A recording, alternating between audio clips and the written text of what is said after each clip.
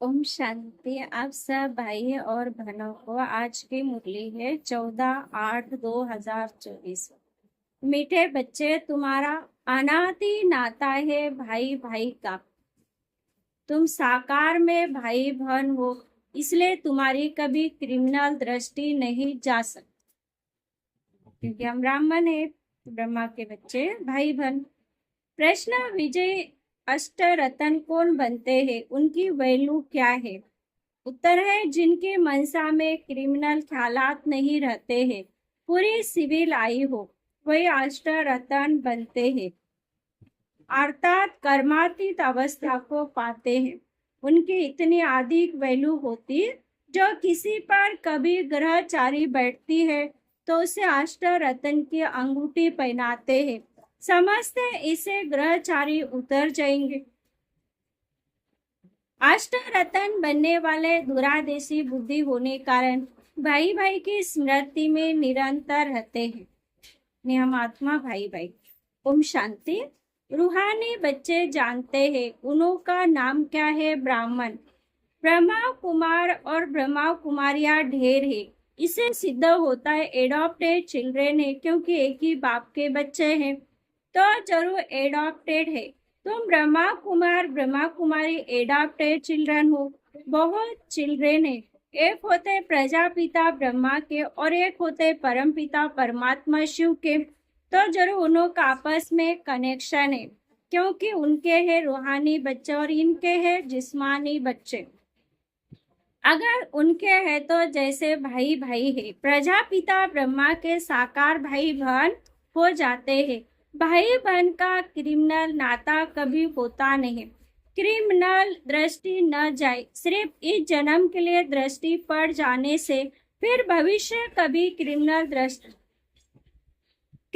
दृष्टि नहीं पड़ेंगे। ऐसे नहीं कि वहाँ बहन भाई समझते हैं, वहाँ तो जैसे महाराजा महारानी बनते हैं वैसे होते हैं। अब तुम बच्चे जानते हम पुरुषोत्तम संगमिक पर है और हम सब भाई बहन है। प्रजापिता ब्रह्मा नाम तो है ना, प्रजापिता ब्रह्मा कब हुआ तो ये दुनिया को पता नहीं, तुम यहाँ बैठे हो जानते हम पुरुषोत्तम संगम युगी बीके है। अभी से धर्म नहीं कहेंगे, ये कुल की स्थापना हो रही है।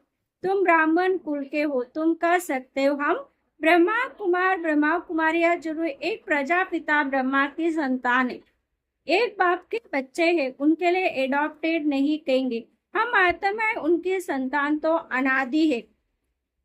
वह परमपिता परमात्मा सुप्रीम सोल है और किसको सुप्रीम अक्षर नहीं कहेंगे। सुप्रीम कहा जाता है संपूर्ण पवित्र को, ऐसे नहीं कहेंगे। सब में प्यूरिटी है, प्यूरिटी सीखते हैं इस संगम पर, पवित्रता सीखते इस संगम पर। तुम तो पुरुषोत्तम संगम के निवासी हो, जैसे कलयुगी निवासी सतयुग के निवासी कहा जाता है। सतयुग कलयुग को तो बहुत ही जानते हैं, अगर दुरादेशी बुद्धि हो तो समझ सकेंगे। कलयुग और सत्य के बीच को कहा जाता है। बाबा कहते मैं युगे युगे नहीं आता हूँ, तुम्हारी बुद्धि में यह होना चाहिए कि हम पुरुषोत्तम संगम युगी ब्रह्मा कुमार ब्रह्मा कुमारियां है, नहीं न हम सतयुग में है न हम कलयुग में है। संगम के बाद सतयुग आना जरूर है, क्योंकि हम बीच में है संगम पर, यानी चोटी पे। तुम अभी सतयुग में जाने के लिए पुरुषार्थ कर रहे हो, वहाँ पवित्रता बिगड़ कोई जा नहीं सकते। इस समय तुम पवित्र बनने के लिए पुरुषार्थ करते हो। सब तो पवित्र नहीं है, कोई पतित भी होते हैं, चलते चलते गिर पड़ते हैं, फिर छिपकर आए अमृत पीते हैं। वास्तव में जो अमृत छोड़ विष खाते उनको कुछ समय आने नहीं देते हैं। परंतु ये भी गाय ने जब अमृत बांटा था तो भिखारी आंसू छिपकर आए बैठे थे, कहते इंद्र सभा में ऐसे अपवित्र आकर बैठते तो उन्हें श्राप लग जाता है। एक कहानी भी बताते हैं कि एक परी एक भिखारी को ले आई, फिर उनका क्या हाल हुआ। भिखारी तो जरूर गिर पड़ेंगे, ये समझ की बात है। भिखारी चढ़ न सके, कहते हैं वह जाकर पत्थर बना।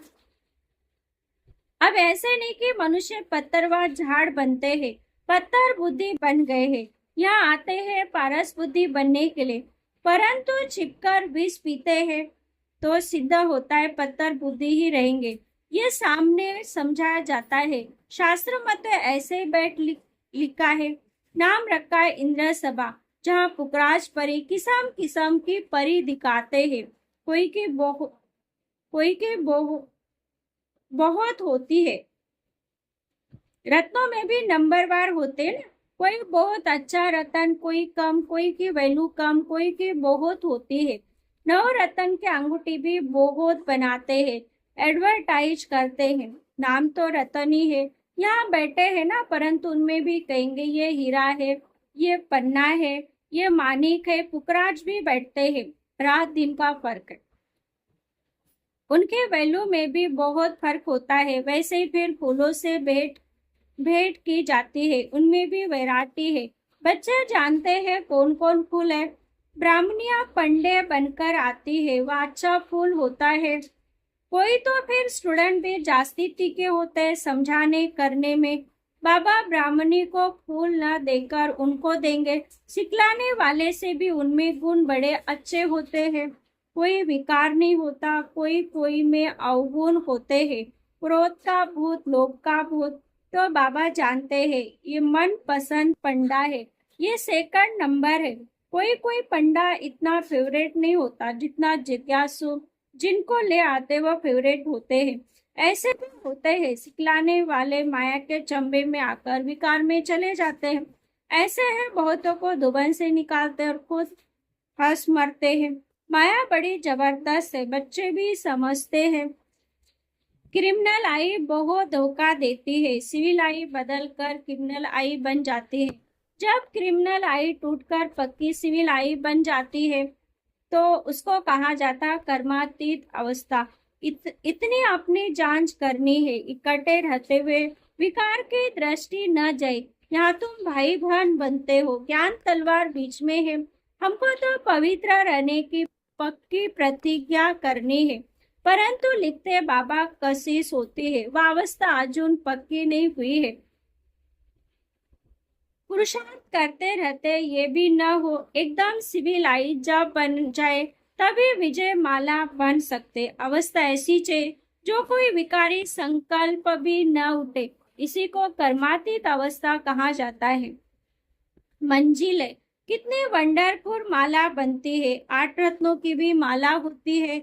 बच्चे तो ढेर के ढेर है। सूर्यवंशी चंद्रवंशी घराना यहाँ स्थापन होता है।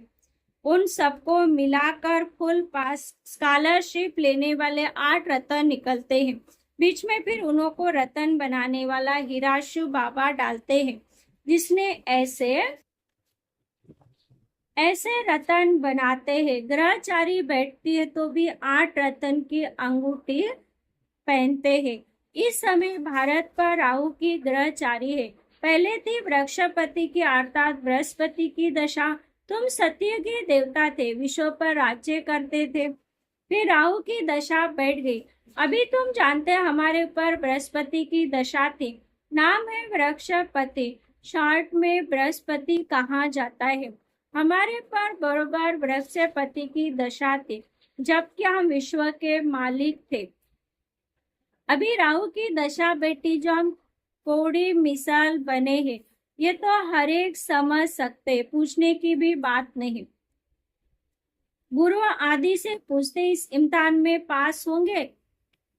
यहाँ भी बाबा पूछते हम पास होंगे, कहता हूँ अगर ऐसे पुरुषार्थ से चलते रहे तो क्यों नहीं पास होंगे। परंतु माया बड़ी प्रबल है, तूफान में ला देगी। इस समय तो ठीक है, आगे चल तूफान बहुत बहुत आए तो अभी तुम युद्ध के मैदान में हो, फिर हम गारंटी कैसे कर सकते। आगे माला बनाते थे, जिनको 2-3 नंबर में रखते थे वह है नहीं, एकदम कांटा बन गए। तो बाबा ने कहा ब्राह्मणों की माला बन नहीं सकती, युद्ध के मैदान में है ना। आज ब्राह्मण है, कल शूद्र बन जाएंगे। विकार में गया, गोया शूद्र बना। राहु की दशा बैठ गई। बृहस्पति की दशा के लिए पुरुषार्थ करते थे, वृक्षपति पढ़ाते थे। चलते चलते माया का थप्पड़ लगा, फिर राहु की दशा बैठ गई। ट्रेटर बन पड़ते हैं। ऐसे सब जगह होते हैं। एक राजाई से निकल दूसरी राजाई में जाकर शरण लेते हैं। फिर वह लोग भी रखते ये हमारे काम का है तो शरण दे देते हैं। ऐसे बहुत ट्रेटर बनते अर्थात निंदक एरोप्लेन से ही जाकर दूसरी राजाई में बैठते हैं। फिर वो लोग एरोप्लेन वापस कर लेते हैं, उनको शरण दे देते हैं। एरोप्लेन को थोड़ी शरण लेते, वो तो उनकी प्रॉपर्टी है ना, उनकी चीज उनको वापस कर देते हैं। बाकी मनुष्य मनुष्य को शरण देते हैं। अभी तुम बच्चे शरण आए हो बाप के पास, कहते हमारी लाज रखो। द्रौपदी ने पुकारा है, हमको ये नगन करते हैं, पतित होने से बचाओ। सतयुग में कभी नगर नहीं होते, उनको तो कहते संपूर्ण निर्विकारी। छोटे बच्चे तो है ही निर्विकारी। ये ग्रस्त व्यवहार में रहते संपूर्ण निर्विकारी रहते हैं। भले स्त्री पुरुष साथ रहते तो भी निर्विकारी रहते हैं। इसलिए कहते हम नर से नारायण, नारी से लक्ष्मी बन रहे। वह निर्विकारी दुनिया, वहां रावण नहीं, उसको कहा जाता है राम राज्य। राम शिव बाबा को कहा जाता है। राम नाम जपने का अर्थ है बाप को याद करना। राम राम जब कहते तो बुद्धि निराकार की तरफ ही रहता है। राम राम कहते हैं सीता को छोड़ देते, वैसे श्री कृष्ण का नाम लेते राधे को छोड़ देते। यहाँ तो बाप है ही एक, वह कहते हैं माँ में कम याद करो। श्री कृष्ण को पतित पावन नहीं कहेंगे।